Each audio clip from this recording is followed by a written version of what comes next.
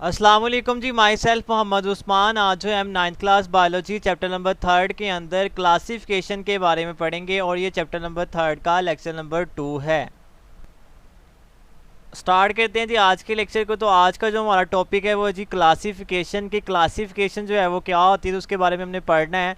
अब क्लासिफिकेशन से मुराद ये है कि दुनिया के अंदर जितने भी लिविंग ऑर्गेनिज्म है, जितनी भी जिंदा चीज़ें आने उनके हमने उनको ग्रुप्स के अंदर जो है वो डिवाइड कर दिया, उनके ग्रुप्स बना दिए ताकि उनको पढ़ना इजी हो जाए। अगर हम सारे ज़िंदा चीज़ों को इकट्ठा स्टडी करने की कोशिश करेंगे तो उनके बारे में नॉलेज हासिल करना हमारे लिए बड़ा मुश्किल होगा। तो हमने उनकी क्लासेस बना दी है, क्लासीफाई उन्हें जो है वो कर दिया। अब क्लासिफिकेशन की डेफिनेशन के arrangement of living organism into groups and सब ग्रुप्स, जिंदा चीज़ों को अरेंज कर देना, उनके ग्रुप्स बना देना और उससे भी छोटे जो है वो ग्रुप बना देना। एक बड़ा ग्रुप होगा और उसके अंदर फिर छोटे छोटे ग्रुप्स होंगे, उन्हें हम सब ग्रुप्स कहेंगे।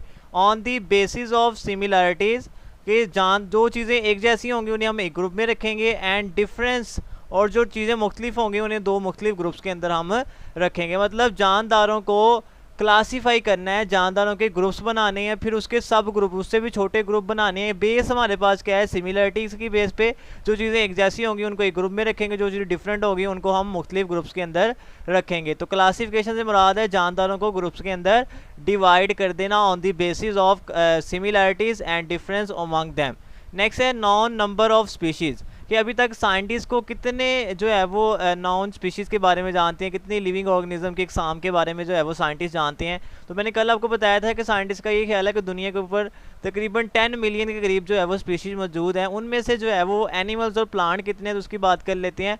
1.5 मिलियन स्पीशीज़ ऑफ एनिमल्स, मतलब दुनिया के ऊपर साइंटिस्ट जो है वो 1.5 मिलियन स्पीशीज़ के बारे में जो है वो जानते हैं। मतलब 15 लाख के करीब जो है वो अक़साम के एनिमल्स जो है वो दुनिया के अंदर मौजूद है, उनमें से इंसान एक है। नेक्स्ट है हमारे पास 0.5 मिलियन स्पीशीज़ ऑफ प्लांट्स, ये प्लांट्स की जो स्पीशीज़ हैं जो अर्थ के ऊपर मौजूद है, जो अभी तक हमें पता है इससे ज़्यादा होंगी, लेकिन साइंटिस्ट जिसके बारे में जानते हैं वो जस्ट कितनी है, 0.5 मिलियन है। कितनी है जी, 0.5 मिलियन स्पीशीज़ जो है वो प्लांट्स की मौजूद हैं जो हम जानते हैं, और एनिमल्स की कितनी है, 1.5 मिलियन जो है वो स्पीशीज़ जो है वो अर्थ के ऊपर मौजूद है। तो ये एमसीक्यूज आ सकते हैं, तो आपने इसको अच्छी तरह जो है वो याद कर लेना है। नेक्स्ट है जी हमारे पास साइज़ के बारे में बात करते हैं कि जो लिविंग ऑर्गेनिज्म दुनिया के ऊपर मौजूद हैं उनका साइज़ कितना होता है, वो कितने बड़े होते हैं, तो उनके साइज़ के बारे में बात करेंगे।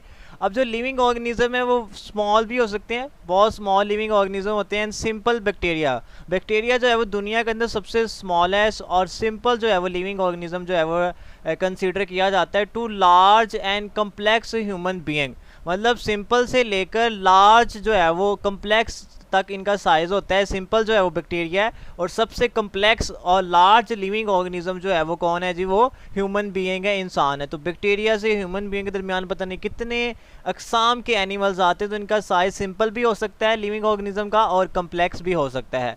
नेक्स्ट है हैबिटेट। हैबिटेट होता है कि लिविंग ऑर्गेनिज्म दुनिया में कहाँ कहाँ पे रहते हैं। सम ऑर्गेनिज्म लीव इन सी, कुछ जो है वो लिविंग ऑर्गेनिज्म समुद्रों के अंदर रहते हैं। सम ऑन लैंड, कुछ जो है वो ज़मीन के ऊपर रहते हैं। सम वॉक, कुछ जो है वो चलते हैं।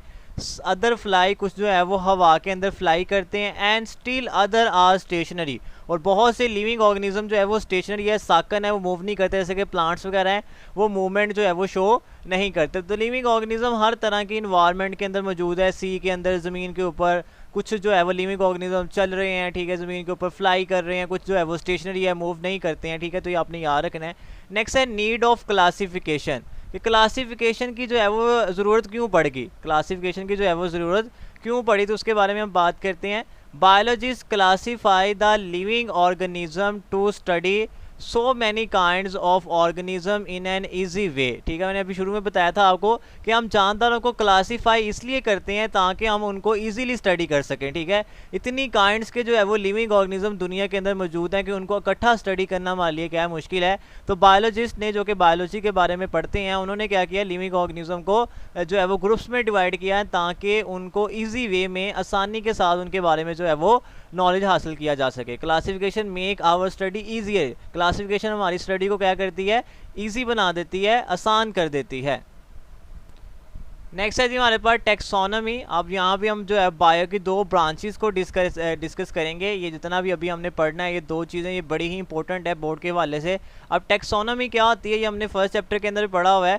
The branch of biology which deals with the classification is called taxonomy. Bio की वो ब्रांच जो कि क्लासिफिकेशन के साथ डील करती है कि जानदारों के ग्रुप्स कैसे बनाने हैं, जानदारों को क्लासीफाई कैसे करना है, उस ब्रांच का नाम क्या होता है, टेक्सोनॉमी होता है। नेक्स्ट जो ब्रांच है उसका नाम है सिस्टमैटिक्स। अब सिस्टमैटिक्स क्या है, the branch which deals with the classification. ये भी क्लासिफिकेशन के साथ डील करती है, क्लासिफिकेशन कैसे करनी है, लेकिन इसमें एक चीज़ का इजाफा है। And also trace the evolutionary history of organism is known as systematics. अब सिस्टमैटिक्स में क्लासिफिकेशन के बारे में भी पढ़ा जाता है और ये भी जाना जाता है कि उनकी एवोल्यूशनरी हिस्ट्री क्या है, कि मतलब वो जो है वो शुरू वाली जब दुनिया स्टार्ट हुई उस वक्त जो है वो लिविंग ऑर्गेनिज्म कौन से मौजूद थे, बाद में कौन से आए, फिर कौन से आए, ठीक है।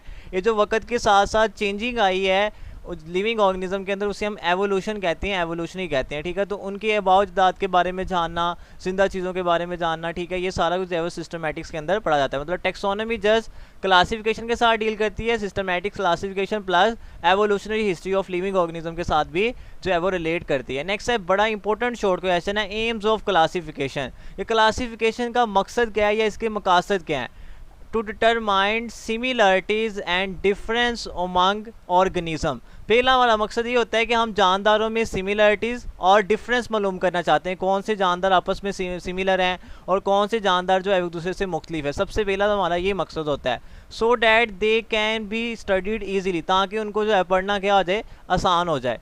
नेक्स्ट है to find the evolutionary relationship among organism.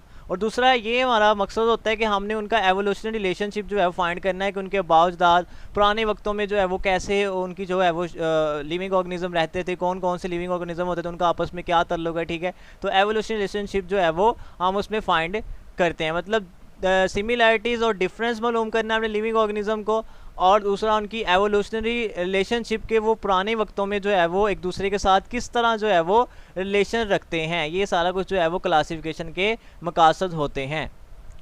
Next है जी बेसिस ऑफ क्लासिफिकेशन के, हमने किस बेस पे क्लासिफिकेशन को डिवाइड करना है। तो अभी मैंने अपने बताया था क्लासिफिकेशन की डेफिनेशन में कि वो सिमिलरिटीज़ और डिफरेंस होते हैं। जो चीज़ें एक जैसी होंगी उनको हम एक ग्रुप में रखेंगे, जो डिफरेंट होंगी उन्हें मुख्तलिफ ग्रुप्स के अंदर रखेंगे। तो इनको डिटेल में हम पढ़ते हैं। बेसिस ऑफ क्लासिफिकेशन को, classification is based on relationship amongst organism and such relationship is got through similarities in characteristics, ठीक है। तो क्लासिफिकेशन बेस करती है जानदारों के दरमियान आपस में रिलेशनशिप पे, ठीक है। जो उनके आपस में रिलेशनशिप पाए जाते हैं वो रिलेशनशिप हम कैसे हासिल करते हैं, उनकी खसूसियात में हम देखते हैं कि सिमिलरिटीज़ क्या है। जैसे कि हम बात कर लें, अगर हमारे पास स्पैरो और पीजन है, ठीक है, एक तरफ जो है वो चिड़िया और एक तरफ हमारे पास तोता है, ठीक है, दोनों में कुछ ना कुछ सिमिलरिटीज़ है, दोनों के पर होते हैं, दोनों बर्ड्स हैं, दोनों फ्लाई करते हैं, तो ये दोनों आपस में ज़्यादा क्लोजली रिलेट हैं, ठीक है। तो इसलिए हम इन दोनों को एक ग्रुप्स में रखेंगे। तो जब भी हमने जो है वो रिलेशनशिप फाइंड करना होता है तो हम उनकी खसूसियात में सिमिलरिटीज़ जो है वो चेक करते हैं। These similarities suggest that all organisms are related to one another at same point in some point in their evolutionary history। वो कहते हैं अगर हम इनके जो है वो पुराना जो है इनकी हिस्ट्री मालूम करेंगे, इनके बावजदाद के बारे में जानेंगे, तो सारे के सारे ऑर्गेनिज्म एक पॉइंट पे जाकर इकट्ठे हो जाते हैं। जैसे कि साइंटिस्ट ये कहते हैं कि जो सारे के सारे लिविंग ऑर्गेनिज्म बने हैं वो किससे बने हैं, वो बैक्टीरिया से बने हैं। तो सारे के सारे ऑर्गेनिज्म जाके बैक्टीरिया पे इकट्ठे हो जाते हैं, उनकी हिस्ट्री जो है वहाँ पर जाके जो है वो सेम हो जाती है। For example sparrow are more closely related to pigeon than to insect, के स्पैरो और पिजन का जो है वो आपस में ज़्यादा ताल्लुक है एज़ कम्पेयर टू इंसेक्ट के। मतलब इंसेक्ट और अगर हम स्पैरो का आपस में जो है वो रिलेशन फाइंड करेंगे तो इनका ज़्यादा रिलेशन नहीं है। Similarities are seen in structure, अगर हमने सिमिलरिटीज़ चेक करनी है तो हम उनके स्ट्रक्चर में चेक करेंगे कि उनके अंदर साख्तें कौन कौन सी पाई जाती हैं। स्टेजेस ऑफ डेवलपमेंट के, जब वो डेवलप करते हैं, जब वो बड़े हो रहे होते हैं तो उनके अंदर कौन कौन सी स्टेजेस आती हैं। एंड मॉडर्न जेनेटिक्स, और उनके डीएनए के बारे में भी हम जो है वो पढ़ के बता सकते हैं कि इनमें सिमिलरिटीज़ पाई जाती हैं कि नहीं मौजूद होती।